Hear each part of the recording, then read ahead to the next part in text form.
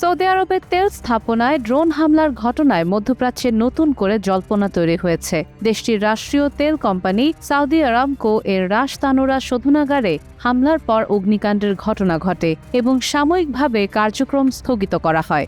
বার্তা সংস্থা রয়টার্স জানিয়েছে, সোমবারের এই হামলায় আগুন দ্রুত নিয়ন্ত্রণে আনা হলেও আঞ্চলিক নিরাপত্তা নিয়ে উদ্বেগ কাটেনি। উপসাগরীয় উপকূলে অবস্থিত রাশ তানুরা মধ্যপ্রাচ্যের অন্যতম বৃহৎ তেল শোধনাগার। প্রতিদিন প্রায় 5,50,000 ব্যারেল তেল প্রক্রিয়াজাত হয় এখানে, যা সৌদির জ্বালানি রপ্তানির কৌশলগত ভিত্তি।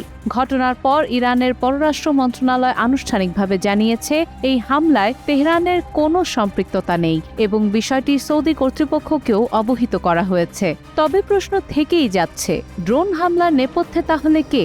বিশ্লেষকদের মতে, চলমান আঞ্চলিক উত্তেজনার প্রেক্ষাপটে সৌদি ইরান দ্বন্দ্ব আরও উস্কে দিতেই কোনো তৃতীয় পক্ষ পরিকল্পিতভাবে এ হামলা চালিয়ে থাকতে পারে।